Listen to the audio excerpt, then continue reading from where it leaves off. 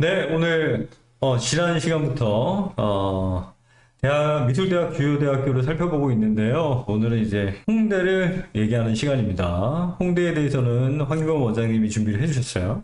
홍대 역사에 대해서 조금 시작을 좀 해볼까요? 네. 홍대가 역사에 대해서 좀 말씀드리면 이게 뭐 워낙에 또 오래된 학교이기 때문에 그 1946년으로 좀 돌아가서 제가 말씀을 좀 드리면 1946년도 이제 홍문대학관이라고 해서 용산구에서 원래 개교를 했는데 이제 인가대학이 아니었어요. 비인가 대학이었는데 이제 그런 대학을 운영을 하다 보니까 재정적인 어려움이 굉장히 좀 많이 생겨서 그 다음 해 이제 대종교 다들 아시죠? 대종교가 워낙에 이제 저희 나라에서 또 언급을 안 할 수 없는 이 대종교의 인사들이 그 재단에 좀 참여하면서 이제 교명을 홍익대학으로 변경을 하면서 실질적으로 이제 우리가 알고 있는 홍익대학교의 시작이라고 생각하시면 될 것 같아요. 1946년에 그렇게 이제 홍대가 설립이 되고 1948년도 그 재단법인 홍익학원 및 그다음에 홍익대학관으로 정식 인가를 받은 다음에 1949년도에 대한민국 정부 대학력 1호 대학으로 이제 4년제 홍익대학으로 이제 인가를 받게 됩니다. 그 다음에 이제 1961년도 박정희 대통령 군부 때 군부에 의해서 이제 대학교 정비령이 그때 좀 내리는데 이거 알고 계시나요? 저는 이거 이번에 조사하면서 이걸 또 하게 되더라고요. 알게 되고 대학교 정비령이 내리면서 이제 다 정리를 하는 거죠. 대학교들을 여러 가지로 뭐 이런 뭐 여러 가지 이유가 있겠지만 배모를 할까봐.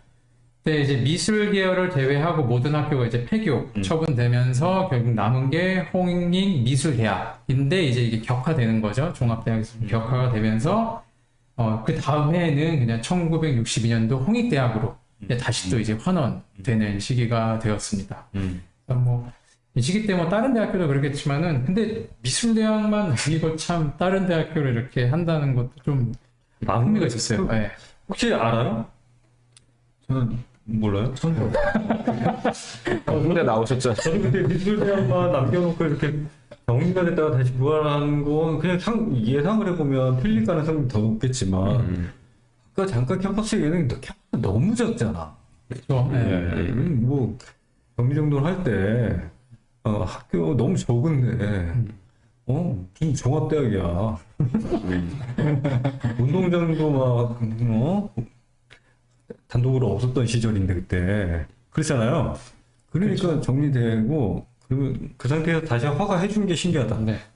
그때 그렇게 된 게 오히려 또 미술대학 미대로서 상징성이 된 것 같기도 하고. 그중에 몰랐겠죠. 네, 그럴 수도 있죠. 우리는 이거 네. 자꾸 가야 된다. 네. 아주 선택을 잘한 거예요. 그렇죠. 그러고 보니까 미대에 집중을 했는데 그게 약간 그 역사적인 그 어두운 시기에 만들어졌던 불가피하게 집중할 수밖에 없어서 그에 대한 특화된 전략을 세울 수 있는 대학으로서 그런 게 있었구나. 선택까지 맞는 얘기인지 모르겠어.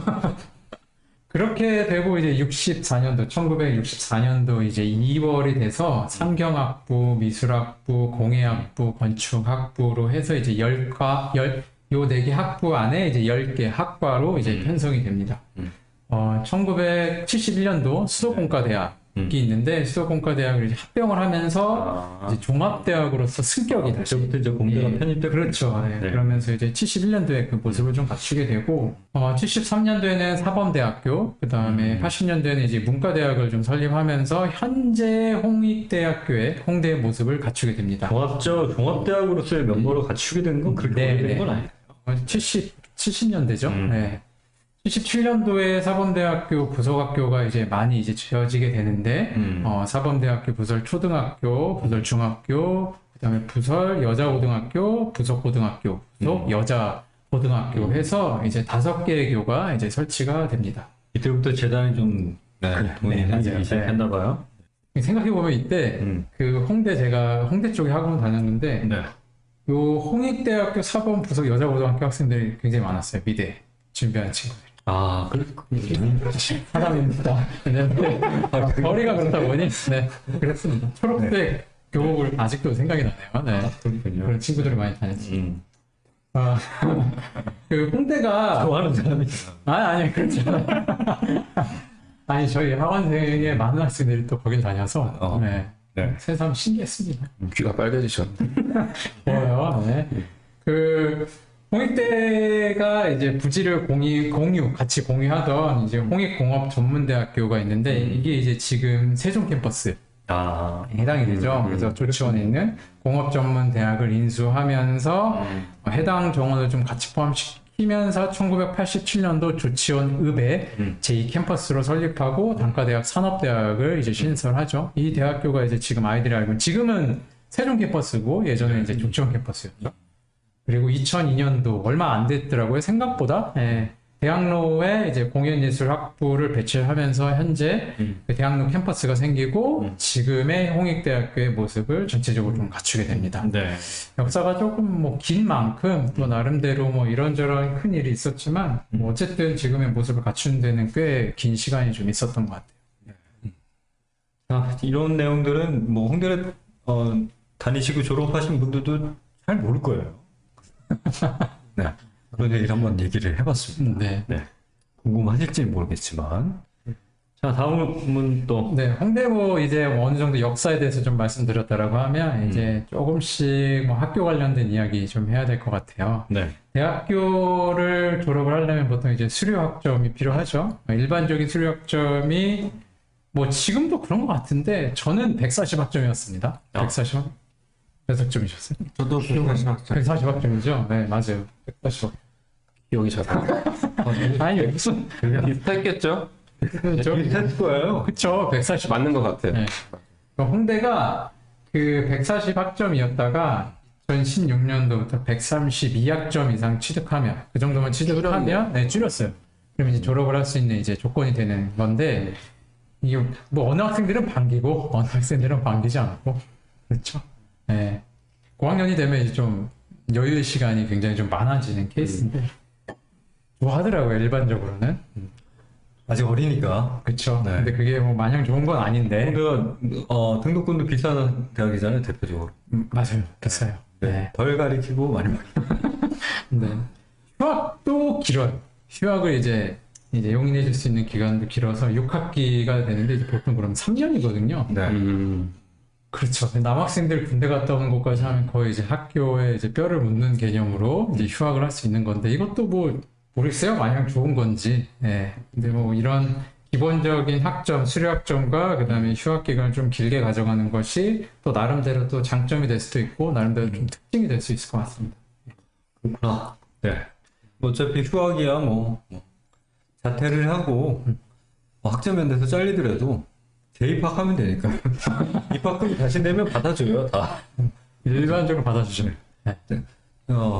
저는 학교 다닐 때 잘리면 다시 이제 고졸로 잡는 줄 알았는데 예. 그래서 열심히 마무리를 잘했는데 그렇지 않더라고요. 맞아요. 알겠습니다. 또 이 얘기 듣고 아니요, 그러면 안 되고요. 아니고. 다들 정진해서 네. 되도록이면 한 번에 졸업하는 게 좋을 것 같아요. 네. 홍대가 또 이제 유명해질 수밖에 없고 또 위대하면 홍대라고 얘기할 수밖에 없는 상황이 여러 가지가 있는데 뭐 좋은 인재들도 있고 그다음 커리큘럼도 있겠지만 정원이 네. 많습니다. 정원을 좀 많이 뽑는데 이게 순수하게 디자인과를 이제 수치로 환산했을 때랑 그냥 이제 미술 계열을 다 합쳤을 때 인원수의 차이는 좀 있어요. 서울 캠퍼스가 캠퍼스 자율전공이라는 제도를 통해서 미대를 진입을 할 수 있는데 그 인원까지 다 포함을 하면 서울 캠퍼스가 총 844명. 엄청 많은 거죠. 네. 그리고 이제 세종 캠퍼스가 총 569명. 네. 근데 거기 안에서 서울 캠퍼스의 디자인과는 165명, 그리고 세종 캠퍼스는 디자인과가 이제 263명. 그러니까 여기서 보통 이제 디자인과라고 제가 말씀드리는 거는 디자인학과 포함을 해서 뭐 목조형, 그다음에 금속조형 이렇게 좀 디자인 계열이라고 속해 있는 학과를 포함해서도 그래도 많아요. 뭐 인원이 좀 적은 인원은 아니죠. 이게 엄청난 거죠, 그렇죠? 네. 이게 어떤 분야에서 사회생활 활동을 하든 특히 관련된 분야에서 일을 한다 그러면 체감하는 게 더 커져요. 왜냐면 이제 엄밀히 따지면 홍대 생각하면 그냥 쪽수가 깡패다. 네. 유능한 인재들이 모이는데 거기에 쪽수까지 엄청나니까.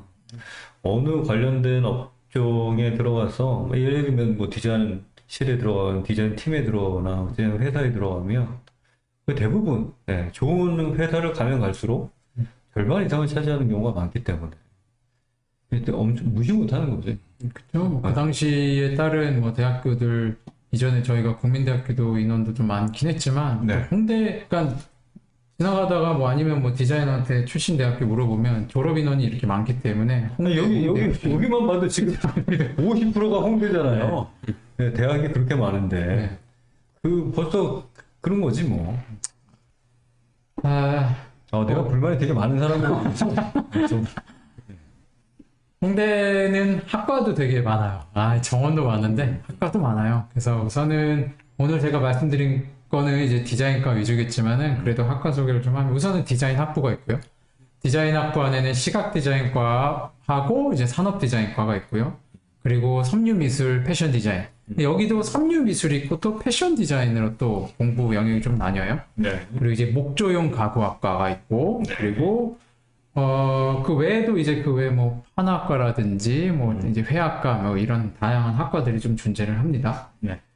시각 디자인과부터 조금 말씀을 좀 드려야 될 것 같아요. 보통 이제 저희가 디자인학과를 전공을 하고 그 안에서 이제 학과를 나누게 되는데 홍익대학교는 디자인 학부입니다. 그래서 대학교에 진학을 하게 되면 본인이 시각 디자인을 할지 그리고 산업 디자인 학과를 할지를 선택을 한 다음에 그에 맞는 이제 커리큘럼 이수랑 그다음에 학습을 하게 되죠. 시각 디자인과의 커리큘럼을 좀 하나하나 좀 살펴보면 뭐 별반 다른 학교랑 굉장히 뭐 다르진 않아요. 근데 이제 중간중간에 우리가 조금 나름대로 좀 재미있게 보는 것들이 이제 산학 협동, 뭐 산학 프로그램 같은 것들이 군데군데 좀 보입니다. 이러한 부분들은 사실 요즘 젊은 친구들 취업이나 여러 가지 문제에 있어서는 많이 좀 도움이 될 거고요. 뭐 다른 대학교도 그러한 제도가 있겠지만은 그런 거를 좀 적극적으로 또 응하는 학과인 것 같아요. 그래서 시각 디자인과가 있고 디자인 학부에 산업 디자인과가 있는데 저는 뭐 개인적으로 산업 디자인과를 나왔는데 저는 홍대는 산업 디자인과가 단 줄 알았어요. 예전에 저를 가르치던 선생님도 그랬고 산티과가 워낙에 또 유명한 걸로 저는 알고 있고 지금도 그리고 다양한 또 인재들이 뭐 운송기기라든지 제품 디자인이라든지 이런 뭐 다양한 디자이너들이 또 홍대 출신들이 워낙에 좀 많아서 그래도 마찬가지로 굉장히 좀 탄탄한 커리큘럼을 좀 가지고 있고 디자인 학부 자체는 1학년하고 2학년 때 굉장히 기초 수업을 굉장히 좀 심도 깊게 좀 하는 편이고 그 다음에 이제 3학년하고 4학년으로 올라가면 이제 전공 관련된 활동을 좀 주로 많이 하는 아무래도 학부제니까. 네, 학부제이기 때문에 근데 졸업생들 얘기도 들어보고 커리큘럼을 좀 자세히 살펴보면 다른 학교에 비해서 대학교에 비해서 1학년 때 그 기초에 대한 수업을 굉장히 좀 강조하고 되게 깊이 있게 뭐 이제 커리큘럼 강의를 좀 하는 것 같아요. 그래서 디자인 학과이긴 하지만은 예술적인 부분들도 분명히 좀 같이 융합해서 이제 가르쳐 준다라는 얘기를 좀 많이 들었어요. 네. 아무래도 지금 홍대 같은 경우는 비실기 전형밖에 없기 때문에 근데 아쉽지만 많은 학생들이 되게 실기를 병행한 친구들이 많이 입학을 하고 있으나 소수 학생들 뭐 소수 학생이라고 얘기하기엔 뭐하지만 그 중에서도 꽤 비중이 되는 학생들이 비실기를 통해서 오는 학생이 있기 때문에 다른 학교에 비하면 1학년 때 커리큘럼이 기초 중심으로 갈 수밖에 없는 것 같아요. 네. 네, 맞아요. 그런 것 같아요. 그리고 이제 섬유미술, 패션 디자인과가 있습니다. 그 의상 디자인을 좀 희망하고자 하는 학생들이 손에 꼽는 학교가 있는데 그 중에 이제 꼭 손에 꼽히는 학교가 또 홍익대학교입니다. 그래서 근데 여기가 마찬가지로 또 이제 졸업생들 얘기를 들어보면 뭐 디자인과랑 좀 비슷해요. 저학년 때 가면 뭐 그 친구들의 말로는 처음에 들어가서 수업 받을 때는 약간의 후회를 한다고 하더라고요. 처음에 실무 위주의 수업보다는 정말 그냥 섬유는 무엇인가부터 시작해서 소재는 무엇인가 이런 아주 기본적인 기초 수업을 좀 배우는 상황이죠. 그리고 이제 고학년이 되면 될수록 이제 만족도가 좀 생기는 그런 전형인 것 같아요. 그리고 금속조형 디자인과가 있고요. 네. 금속조형 디자인과는 뭐 예전에 뭐 다른 학교도 요즘에는 공예과를 그냥 단순하게 공예과로 명명하지 않고 공예 디자인, 금속 공예 디자인 이런 식으로 이제 학과 명칭도 많이 바꾸더라고요. 네, 그래서 영역 자체가 단순하게 파인아트 쪽, 그러니까 예술 영역뿐만 아니라 디자인 쪽 계열도 커리큘럼 안에 자연스럽게 좀 녹아 있습니다. 좀 커리큘럼 살펴보면. 그리고 그 외에 이제 동양학과, 회화학과, 그리고 판학과, 조속과, 도예유리과, 그 다음에 이제 예술학과가 있고요. 그 외에 이제 아까 좀 잠깐 말씀드렸던 자율전공이라는 게 있는데, 자율전공도 이제 미대 자율전공이 있고, 그리고 이제 캠퍼스 자율전공이 있습니다. 캠퍼스 자율전공이 좀 특이한 전형이긴 해요. 그래서 캠퍼스 자율전공은 제가 이따 세종 캠퍼스 학과 소개한 다음에 전체적으로 좀 안내해드리고, 자율전공이 이제 미대 자율전공이 있는데 뭐 심플해요. 우선은 들어갔을 때는 전반적인 미술 기본에 대해서 이제 본인이 학습을 하고 본인이 이제 관심 있고 주 전공을 할 학과를 선택을 해서 나중에 이제 3학년 때 이제 고학년 때 본인의 이제 학과를 좀 선택하는 게 이제 미대 자율전공이죠. 이게 제일 좋은 거예요. 그렇죠. 그러니까 네. 학생들이 대학교를 가게 되면 학과에 대한 고민 없이 처음에 이제 학과를 선택해서 들어가는 경우가 있긴 한데 그 이후에 학과에 대한 나름대로 좀 회의가 들기도 하고 아니면 다른 학과에 관심도도 좀 생길 수도 있는데 어떻게 보면 뭐 미대 자율전공은 회화과를 다 포함해서 또 스펙트럼을 넓게 학습할 수 있는 거라서 장점이죠. 네. 근데 입학생의 성적을 보면 디자인과랑 자율전공을 보면 보통 일반적으로는 디자인과가 조금 더 높은 편이긴 해요. 네. 그건 아무래도 이제 선호도가 제일 높으니까. 네. 네. 근데 혹시나 자율전공으로 들어가서 학교 생활의 경쟁력에서 약간 밀리면 자기가 원하는 학교 선택하지 못할 가능성도 있으니까. 그렇죠. 네. 네. 그리고 네. 자율전공을 할 때 이제 뭐 아까 제가 이제 2학년, 3학년이 아니라 정정을 좀 말씀드리면 이제 네. 2학기니까 이제 2학년 때 선택을 하는 건데 그 2학기 동안에 본인은 이제 전공 관련된 걸 좀 배우고 싶은 학생들이 분명히 있죠. 그런 친구들한테는 디자인과가 더 네. 선호도가 좀 생기겠죠. 네. 서울은 이제 총 캠퍼스 자율전공까지 합치면 이제 12개 학과입니다. 꽤 많은 학과죠. 네. 그리고 세종 캠퍼스가 있습니다. 세종 캠퍼스는 학부제로 다 이제 형성이 좀 되어 있는데 디자인 컨버전스 학부 그리고 영상 애니메이션 학부 그리고 게임 학부가 있어요. 특이하게 게임 학부 안에서도 게임 그래픽 디자인 전공이 이제 미술계에 해당이 됩니다. 그래서 세종 캠퍼스는 제가 이번에 홍익대학교 관련해서 준비를 좀 하면서 뭐 다양하고 또 여러 방면을 또 알아봤는데 이게 지역이 세종만 아니면 참 진짜 웬만한 대학교 뺨따구를 때릴 수 있을 정도로 나름대로 좀 탄탄하게 커리큘럼이 구성되어 있고 되게 노력을 하는 대학교라는 걸 좀 느끼게 됐어요. 네. 기존에 있었던 디자인 학부에 나오는 그 안에 포함되어 있는 세부적인 전공들을 좀 빼내서 선호도가 게다가 그 빼낸 학과들에 대한 선호도가 점점점 올라가고 있는 상황이니까 충분히 매력적인 상황이죠. 네네. 네. 근데 지금 이제 세종 캠퍼스인데 어머니 따지면 조치원 그쵸. 예전에 네. 네. 위치가 그렇게 좋진 않죠. 네. 가서 뭐 아이들도 얘기해보고 네. 그러니까 뭐 홍대를 희망하는 학생들과 세종 캠퍼스에 대해서 논하거나 네. 아니면 졸업생들이랑 이야기를 하다 보면 참 좋은 얘기 많이 하다가 이제 지역이 어디냐라고 하면 거기서 이제 약간 좀 멀다, 뭐 주변에 뭐가 많이 없는. 근데 뭐 대학교를 놀러 가는 건 아니잖아요. 네. 저는 뭐 개인적으로 굉장히 좀 호감이 가는 또 캠퍼스였습니다. 네. 디자인 컨버전스 학부는 뭐 이게 수업 커리큘럼 자체가 다른 대학교랑 조금 다른 게 좀 있어요. 그러니까 세종 캠퍼스 자체가 좀 다른 거는 이제 코어 과목이 있고요. 그러니까 기초 과목이 있고 그 외적인 전공 과목이 매 학년 수업 진행이 돼요. 그러니까 보통은 이제 저학년 때 기초를 많이 배우고 고학년 때 이제 전공 관련된 거를 세부적으로 많이 배우는데 이제 세종 캠퍼스 같은 경우는 매년마다 이제 기초에 대한 부분들을 이제 계속 교육한다라는 그런 코어 과목을 중요시한다는 부분들이 나름 또 재미있기도 하고 중요하다라고 좀 생각을 했어요. 좀 알아보면서 디자인 컨버전스 학부는 뭐 홍대 서울과는 좀 다르게 넓어서 그런지 그래도 이제 기본적인 환경이나 이런 부분들은 좀 잘 조건이 갖춰져 있다고 하더라고요. 아이들이 요즘 대학교를 선택하는 다양한 기준 중에 하나가 또 그 맥이죠. 그 PC 뭐 그런 것들이 갖춰져 있느냐, 그리고 어도비를 무료로 쓸 수 있느냐, 뭐 이런 것도 있는데 그런 부분들에서도 굉장히 좀 적극적으로 좀 지원하는 또 학교인 것 같아요. 디자인 컨버전스 학부 안에서도. 네.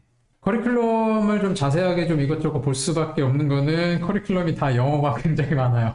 그래서 이게 뭐지 하면서 세부 커리큘럼을 좀 디테일하게 좀 보면 뭐 많은 매력적인 그 커리큘럼이 좀 있었는데 거기에서 디자인 컨버전스 스튜디오라는 그 커리큘럼이 대학교 교수님하고 2명의 교수님하고 이제 팀 티칭 수업을 한다라고요. 사실 뭐 우리가 뭐든지 학습할 때는 1대 다보다는 1대1이 더 좋을 것이고, 근데 이제 2명의 교수님이 그렇게 팀 티칭을 한다라는 거에서 나름대로 좀 꽤 매력 있다라고 좀 생각이 좀 들었고, 뭐 인턴십, 그 다음에 산학 협력 프로젝트가 이제 대놓고 이제 커리큘럼 안에 좀 들어가 있습니다. 그래서 이 프로그램을 통해서 많은 산업체 기업들하고 협업도 하고, 운이 좋거나 아니면 그 부분에서 본인의 좀 장점을 많이 어필하면 또 기업 관계자들이 이렇게 스카웃 나름대로 이제 픽업을 좀 해서 뭐 대기업이나 또 좋은 또 굵직한 기업에 또 취직을 할 수 있는 기회 장이 좀 열려 있다라고 합니다. 취업이 잘 되면 좋죠. 네, 또 좋은 대학교 가면 좋고, 근데 또 좋은 대학교에 또 좋은 또 기업에 취직하면 또 그것만큼 또 좋은 것도 없을 것 같다는 생각이 들어서 그렇죠. 네. 네. 뭐 굉장히 살짝 괜찮다는 생각을 더 한번 하게 됐습니다. 네. 뭐 좋은 대학이니까 좋은 대학은 기업들이 어찌 됐건 인재를 빨리 선점하기 위해서 가는 것이고 조금 그렇지 않으면 기업들을 유치하려고 대학이 노력을 많이 해야 되는 그 결과고 그렇죠. 네.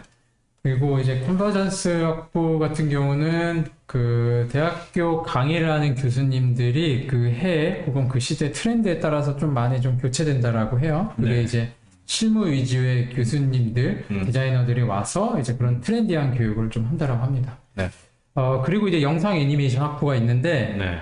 이게 애니메이션을 희망하는 친구들, 그 다음에 이제 영상 디자인을 했던 희망하는 친구들한테는 뭐 많은 학교들이 좀 있겠지만 이렇게 대놓고 영상 애니메이션 학부 이렇게 돼 있는 학교가 또 많지는 않아요. 네. 그래서 이 학부 또한 나름대로 또 역사가 좀 있는데 학부 자체는 예전서부터 계속 영상 애니메이션 학부가 있었던 건 아니고 이게 2016년도에 신설이 좀 됐습니다. 그 전에는 사실 역사적으로 그냥 뭐 조영대학 안에서 이제 영상, 뭐 영화 전공 이런 식으로 됐다가 결국 이제 합쳐지면서 결국은 2016년도에 영상 애니메이션 전공 학부가 되고 그 다음에 2018년도에 디자인 컨버전스 학부, 그 다음에 영상 애니메이션 학부로 이제 자리매김을 좀 하는 학부라고 보시면 될 것 같아요. 영상 애니메이션 학부 출신의 여러 가지 선배, 그러니까 나름대로 그 역량이 좀 있는 그런 이제 졸업생들이 좀 많아요. 뭐 이후에 좀 소개시켜드리겠지만은 영상 쪽에서 그리고 혹은 또 이제 영화 쪽에서도 홍익대학교 출신들이 좀 있죠. 네, 요 이제 학부 출신이라고 보시면 될 것 같아요. 네. 그리고 특이해요. 그 4년제 대학교 중에 이제 게임 학부를 또 가지고 있는 학교, 캠퍼스. 그래서 게임 학부인데, 게임 학부가 크게 이제 두 개 이제 전공으로 나뉘게 됩니다. 하나는 게임 그래픽 디자인 전공이 있고요. 이거는 이제 미술 쪽이에요. 그런데 게임 소프트웨어 전공이 있는데, 이거는 이제 공학 쪽이에요. 이게, 분업화하는 거죠.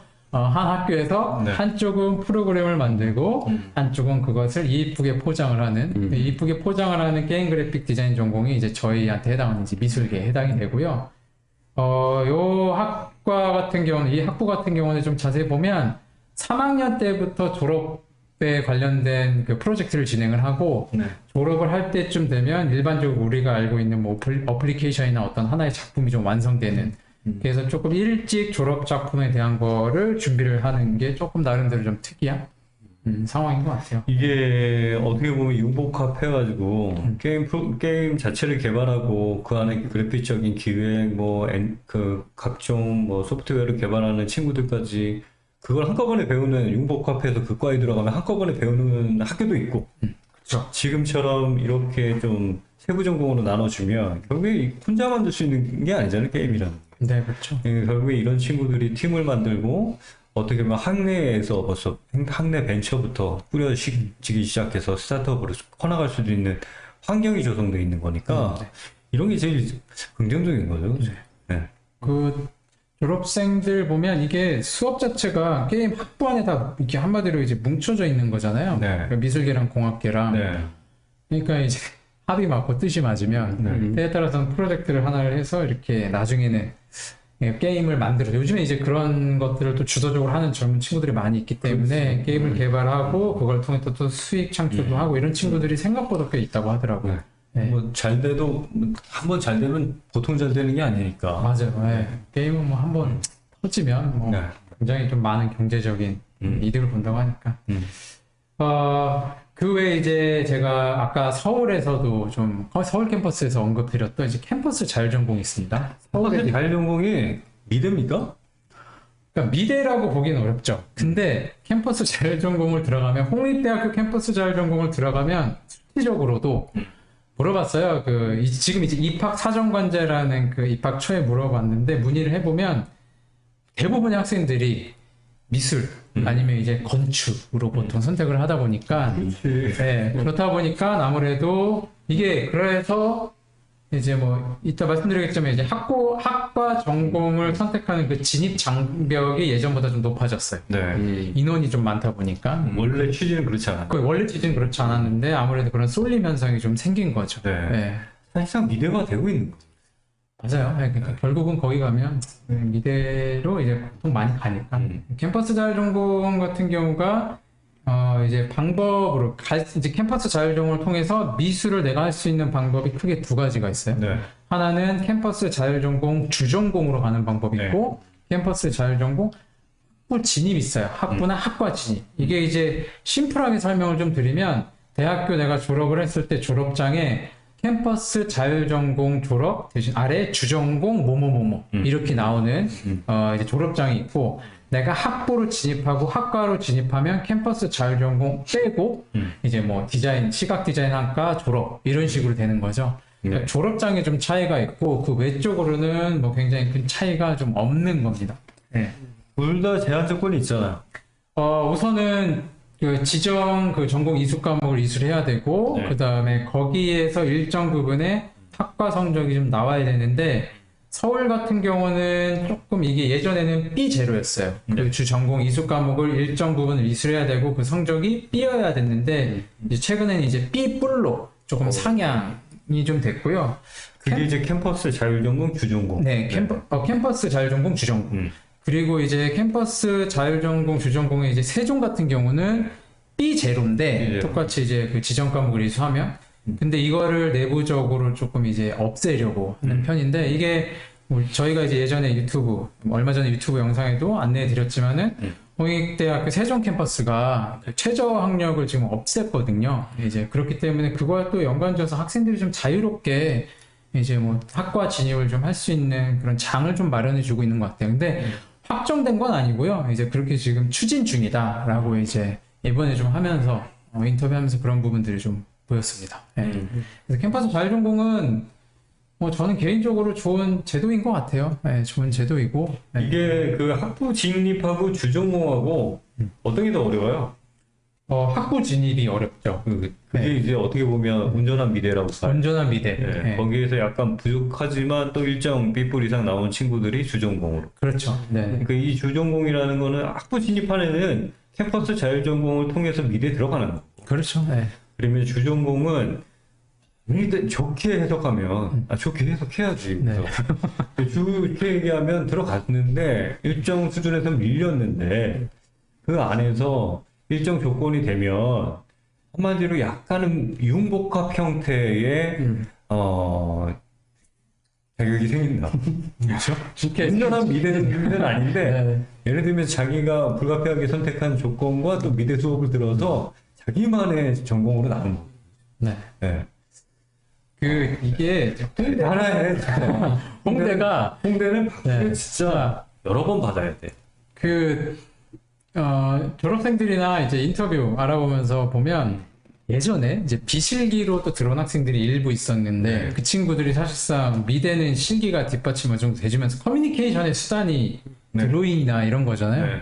그게 안 되다 보니까 좀 아웃사이더로 빠지는 경우가 있는데 최근에 그래도 홍대가 이제 비록 이제 비실기긴 하지만 그래도 이제 보면 실기를 병행을 하다가 하는 친구들도 있어서 그래도 이제 학과에 이제 높고 그다음에 이제 커리큘럼 이수하는데 큰 무리 없이 나름대로 진행을 하는데 이 캠퍼스 자율전공을 통해서 들어온 친구들 중에 아예 미대 오로지 성적으로만 들어가는 친구들 같은 경우는 약간 좀 그런 게 좀 있다라고 하더라고요. 그러니까 이제 드로잉이나 이런 게 안 되기 때문에 커뮤니케이션에서 초반에 네. 저학년 때 좀 어려움을 좀 겪는다고 해요. 네.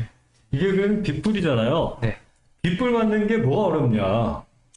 근데 이제 어? 그 진퉁배기들이랑 같이 해야 되는 거기 때문에. 아니, 엄밀히 따지면 진짜 이게 빗불이니까 부모님들이 이런 생각하세요. 당연히. 그러니까 우리 때 내가 뭐 빗불 맞는 게 뭐가 어려워. 그때는 약간 상대평가가 아닌 경우가 많았었어요. 옛날에는. 절대평가로 하는 학교들이 많았거든. 요즘 다 상대평가잖아요. 아닌가? 그렇죠. 네. 당연히 상대평가잖아요. 네. 그 상황에서 나보다 훨씬 고등학교에 때 경쟁력이 높은 아이들이 먼저 그 미래에 진입을 한 거 아니에요. 특히 디자인. 그렇죠. 이 학생들과 뒤늦게 내가 약간 경쟁이 부족한 상태에서 뛰어들어서 안 죽어라 하는 게 아니잖아. 이 친구들도 취업을 해야 되니까 학점을 따야 되니까 그 상태에서 메인 학과 성적이 빗불 이상 나오는 게 마냥 쉽다 이렇게 볼 수는 없는. 그렇죠. 네. 뭐 재작년에 한번 힘들겠다. 네, 학부모님 중에 한 분이 그러니까 B0였을 때 캠퍼스 자율전공을 생각하고 있었는데 네. B뿔로 올라가면서 아 이거 캠퍼스 자율전공으로 해서 자칫 잘못하면 전공 진입이 못하겠다 싶어서 이제 그만두신 분도 계셨어요. 한 분. 네. 그러니까 지원을 안 했다? 네, 지원을. 그러니까 어차피 지원을 해도 학부 진입이 안 될 것 같은 거죠. 그게 어려움을 좀 느끼고. 그건 그분은 좀 이것저것 많이 알아보신 것 같아요. 네, 네. 재학생들이면. 어쨌든 뭐 가서 열심히 하면 되죠. 이런 걸 동기부여 잡아가지고 하면 뒤늦게 이 반전이니까 내가 이 역전하는 게 쾌감이 더 크잖아요. 그렇죠. 가서 뭐 되게 이렇게 편입하는 애들이 더 학점이 좋은 것처럼. 맞아요. 네. 또 홍대는 뭐 두 캠퍼스 다 동일하게 뭐 학위 취득하는데 큰 다른 학교랑 다른 점은 없고요. 네. 복수 전공 이제 부전공 하는 친구들이 이제 미대 준비하는 학생들이 최근에 좀 많이 생기기도 하는데 네. 부전공 같은 경우는 이제 2학기 평점이 B0 이상인 경우 이제 신청 요건이 좀 되고요. 네. 그다음에 이제 복수 전공 같은 경우는 서울 캠퍼스는 3학년 이상 누적됐을 때 B0. 그다음에 세종 캠퍼스는 2학년 이상 됐을 때 누적 33학점만 그냥 이수하면 네. 이제 복수 전공을 신청을 할 수 있더라고요. 학생들이 요즘에는 아까 말씀하셨던 융복합, 융합 디자인 해서 다른 학과 전공을 또 이제 복수 전공을 하는 경우도 좀 있는데 이런 조건들을 또 좀 살펴보면서 저학년 때 학과 관리를 좀 잘해야 되지 않을까 싶습니다. 네. 여하튼 이 관련된 학과는 자율전공 캠퍼스 자율전공은 서울 안에 인서울 특히 수도권에 있는 대학들이 정원을 함부로 늘릴 수 없는데 또 불구하고 특히 미대가 주된 관심사가 되는 홍대에서 참 대단히 좋은 아이디어였어요. 많은 정원들을 확보하고 우수한 인재를 받는 대단하다. 네. 뭐 이렇게 좀 드렸던 홍대는 또 그 졸업 인원이 그렇게 많기 때문에 그만한 또 인재가 굉장히 좀 많이 양성되고 사회 전반적으로 무한 재원이 많기 때문에 그렇죠. 그래서 많은 디자인 활동을 하시는 분들이 굉장히 많습니다. 제 주변에도 있고요. 지금 저희 여기에도 계시고요. 홍대 이야기를 하고 졸업생들이나 홍익대학교를 검색해보고 미대를 검색해보면 이분이 꼭 나와요. 다들 아시는 이제 안상수. 이전에 이제 교수님이셨고요. 홍익대학교 미대 출신이시면서 교수 활동을 또 20년 동안 또 재직을 하셨던 안상수라는 분이 계십니다. 안상수체라고 하시면 다들 좀 아실 거고, 일반적으로 한국의 이제 한글 서체가 사각형 프레임 안에 이제 그 서체 모양이 좀 갖춰져 있는데, 이제 안상수 디자이너 분을 통해서 그 사각형 프레임을 벗어나는 일반적으로 우리가 알고 있는 한글의 고정관념을 좀 깬, 디자이너죠. 타이포 디자이너로 시작했고, 편집 디자이너. 그리고, 이분이 이제 2007년도에는 구텐베르크 상도 수상을 하였고, 그 다음에 20년 동안 제자들을 또, 가르치고, 이제, 교직에 좀 있으시다가 은퇴를 좀 하시고, 2013년도 파주에 출판단지가 있는데, 거기에 이제 파티라고 해서 이제 독립된 디자인 학교를 세워서 이제 학생들 또 나름대로 양성을 하고 계십니다. 이분이 또 이제 한번 또 이제 이슈가 되고 매스컴에 또 언론이 됐던 게 1988년도에 그 애플이죠. 네. 애플에서 맥킨토시 탄생 30주년을 좀 기념을 해서 이제 공식 홈페이지에 애플을 사용한 많은 디자이너들 중에 매해 대표적인 인물들을 통해서 이제 인터뷰를 한 게 있는데 그게 이제 홈페이지에 한번 이제 게시가 된 적이 있어요. 그래서 그걸로 통해서 다시 한번 또 이제 저희가 또 알게 되고 이분에 대해서 한번 또 뭐 여러 가지 업적을 좀 알게 되었죠. 지금은 어떻게 보면 우리나라의 수많은 디자이너와 뭐 예술가들이 전 세계에서 호평을 받거나 관심을 받지만 1988년도는 그런 시기는 아닙니다. 그렇죠? 그렇죠. 네. 그때는 뭐 디자이너라는 말 자체도 굉장히 좀 지금처럼 막 이렇게 네. 일반적이고 막 네. 흔하게 들었던 건 아니었기 때문에 이분의 수업을 혹시 들으셨나요? 저는 이분이랑 학교를 같이 다녔죠. 네. 이제 이분이 몇 저랑 그 나이가 동년배여서 같이 다닌 게 아니고요. 그러니까 이제 그 미래 건물에 그 11층, 12층이 시각 디자인과고 이게 쭉 이렇게 내려갔는데 뭐 산업 디자인과 이렇게 뭐 제가 다니던 과는 7층에 있었는데 항상 이제 이 안상수 선생님이 그때 당시에는 그 트렌드가 그 남자들이 매는 그 숄더백을 메고 거기 앞에 그 숄더백 앞에 그 스케치북을 하나 꽂고 그렇게 항상 그렇게 다니셨습니다. 그러니까 지금 같이 다녔다는 게 그분은 교수 아니면 뭐? 아니죠. 그분은 교수님이고 저는 학생인데 학교를 다녔어요. 그래서 이제 네. 나는 같이 다녔다고 그래서 어쨌든 학교를 다녔죠. 그래서 학생들이 그 안상수 선생님의 그거를 많이 좀 그런 것들을 따라했습니다. 그 숄더백에 그 스케치북 꽂고 다니는 거. 저 그래서 자주 뵀었죠. 근데 지금 이렇게 사진 보니까 또 새삼스러운 게 이 길에서 만나면 그렇게 자주 봤었는데 지금 길에서 만나면 못 알아볼 정도로 많이 나이가 드신 것 같아서 좀 가슴이 아픕니다. 그럼 뭐 홍삼이라도 뭐 한참 보내시고 그러네요. 네. 네. 네. 뭐 안승도 선생님을 걱정하지 말고 집에 계시는 부모님들한테 닿죠. 그럼요. 그리고 또 이제 뭐 유명하신 분이 최근에 그 유퀴즈 있죠? 이거 유재석이랑 이제 조세호 씨랑 네. 나와서 하는 프로그램에 나와서 또 한참 또 얘기가 있었던 디자이너가 있는데 이제 이상엽 디자이너가 있습니다. 이분이 홍대 미대 출신이고 그다음에 현재는 이제 부사장으로 승진을 하셨죠. 네, 축하드립니다. 네, 승진하셨고 2021년 그러니까 작년이죠. 올해 디자이너를 수상하셨어요. 그게 이제 오토 디자인 어워드라고 해서 자동차 디자인을 하시는 분인데 매년 이제 올해 디자이너 상을 수상을 하는데 이분이 수상을 하고 이제 또 부사장까지 승진을 좀 하셨고요. 네. 이분이 유명한 거는 뭐 많은 사람들이 알고 있는 거는 트랜스포머, 네. 범블비라고 하죠. 그 노란색 카마로 5세대 그 디자인을 한 분이 바로 이분이고요. 원래 이제 그 폭스바겐의 비틀이라고 또 있죠. 이렇게 동글동글하게 생긴 딱정벌처럼 생긴 맞아요. 그 비틀이 원래는 그 트랜스포머의 그 주인공이었다고 해요. 마이클 베이 감독이. 근데 이 카마로 5세대 디자인을 좀 보고서 저 디자인이 너무 멋있고 지금 트랜스포머랑 굉장히 좀 어울린다라고 생각을 해서 미국 차니까 그렇죠. 그렇기도 하죠. 그러면서 바뀌면서 이제 범블비라는 어떤 상징적인 나름대로 그런 이거 아니었으면 이상했을 것 같아요.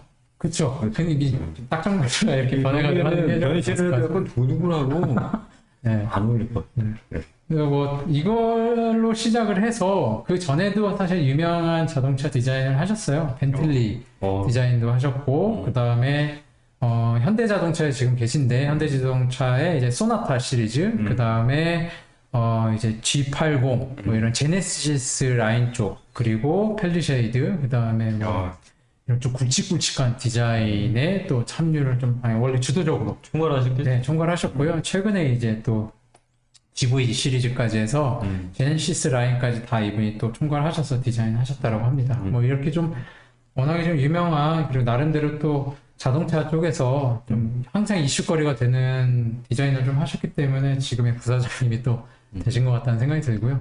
디자이너들이 부사장, 사장 역임을 굉장히 많이 하더라고요. 기아도 그렇고. 근데 이제 외국계 이제 유명 디자이너들 네, 맞아요. 네. 사장이나 부사장을 이제 모시는데 우리 디자이너를 이렇게 우리 올라간 거. 그렇죠. 네. 하긴 뭐 다른 회사에 있다가 데려온 건 맞죠. 네.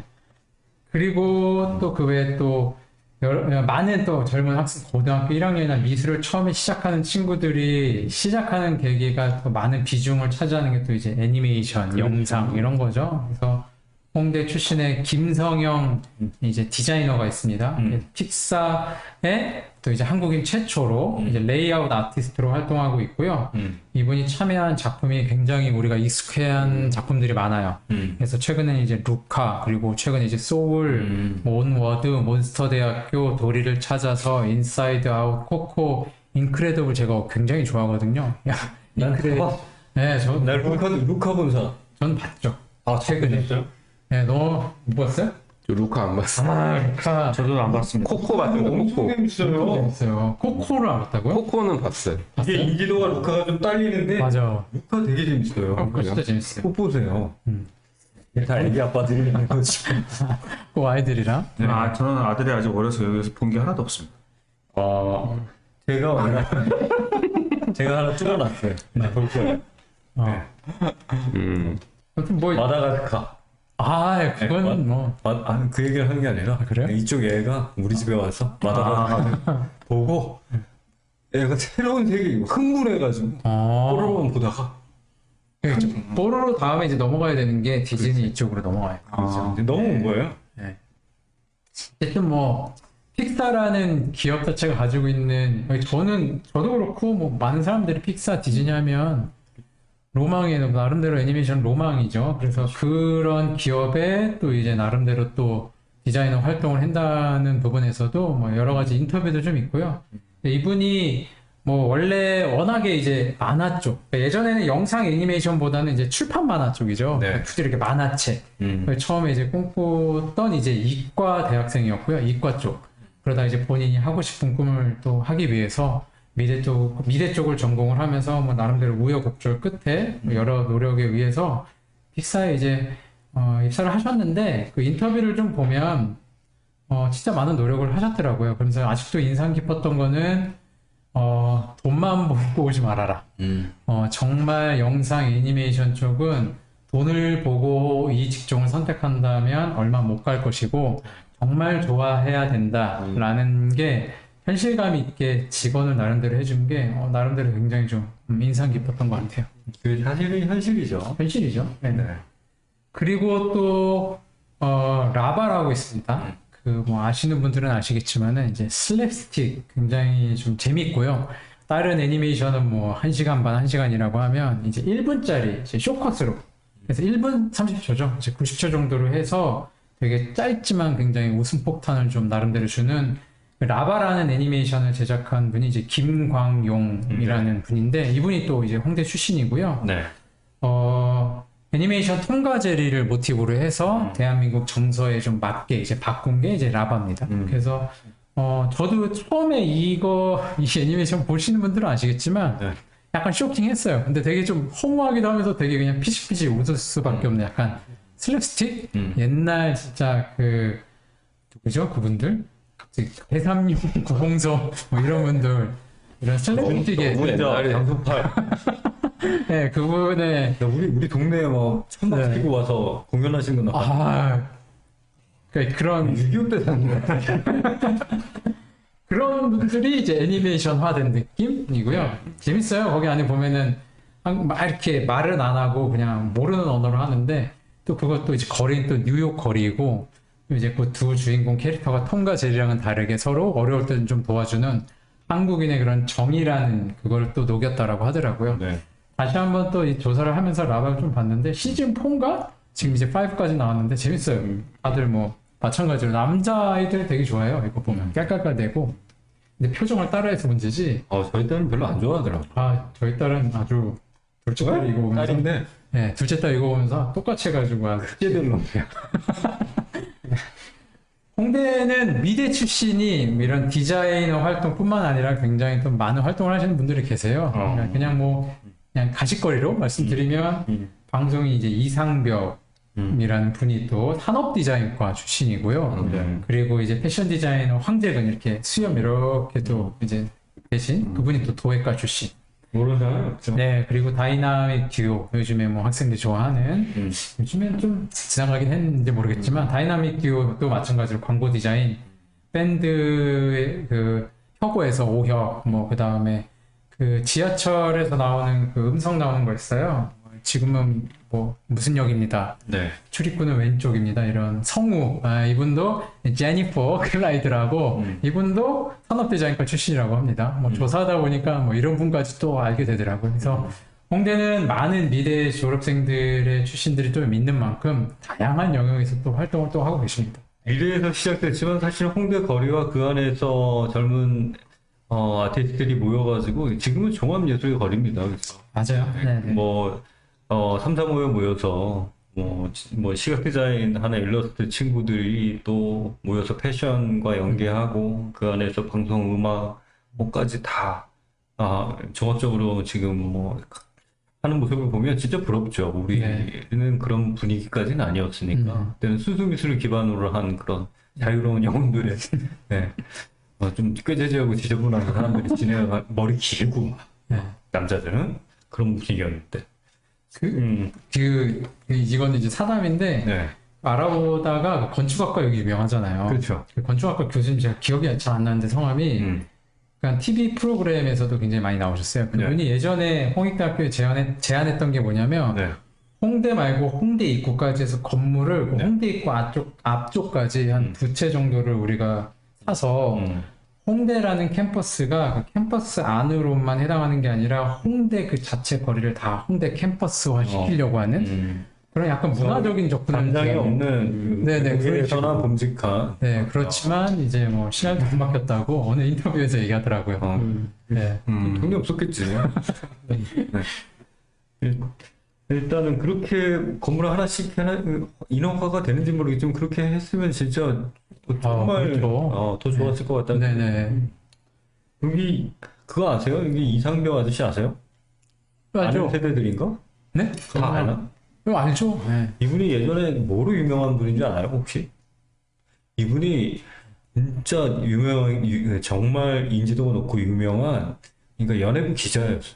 한마디 기사 한 번만 잘못 쓰면 연예인들 여러 명 날아가는. 그래서 연예인들이 눈치 보는. 엄청 유명한 연예부 기자였어요. 이런 얘기를 내가 왜 쓸데없이 해서 맨날 날 들어 보이게. 그렇대요. 네, 알겠습니다. 지금 전국 노래자랑 아쉽지만 네, 송희 선생님 돌아가셔가지고 이분이 제일 적합해 보이지 않아요? 네, 맞아요. 그 전에도 그런 얘기도 나오던데. 네, 송희 선생님께서 전국 노래자랑까지 올라갔네요.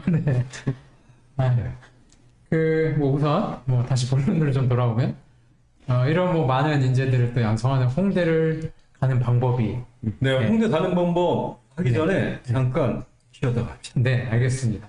네, 이따가 뵙겠습니다. 네.